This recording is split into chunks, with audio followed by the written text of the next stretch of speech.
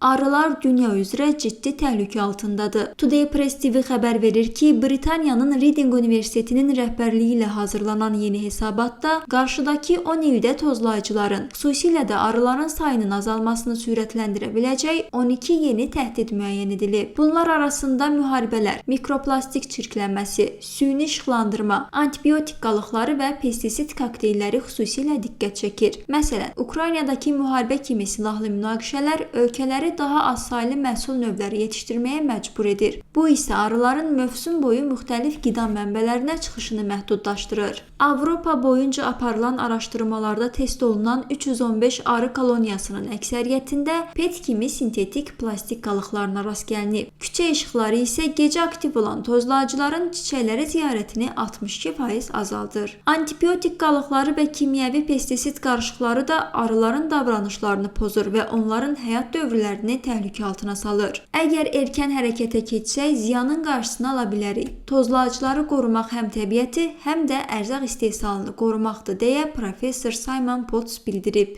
Hesabatda arıları qorumaq üçün bir sıra həll yolları təklif olunub. Bunlar arasında antibiotik çirklənməsinə qarşı daha sərt qanunlar, hava çirkliliyini azaltmaq üçün elektrikli nəqliyyat vasitələrinin yayılması və daha çox tozlayıcı bitki növlərinin əkilməsi kimi tövsiyələr yer alır. Qiymət Mahir, Türkan İskəndərli, Today Press TV.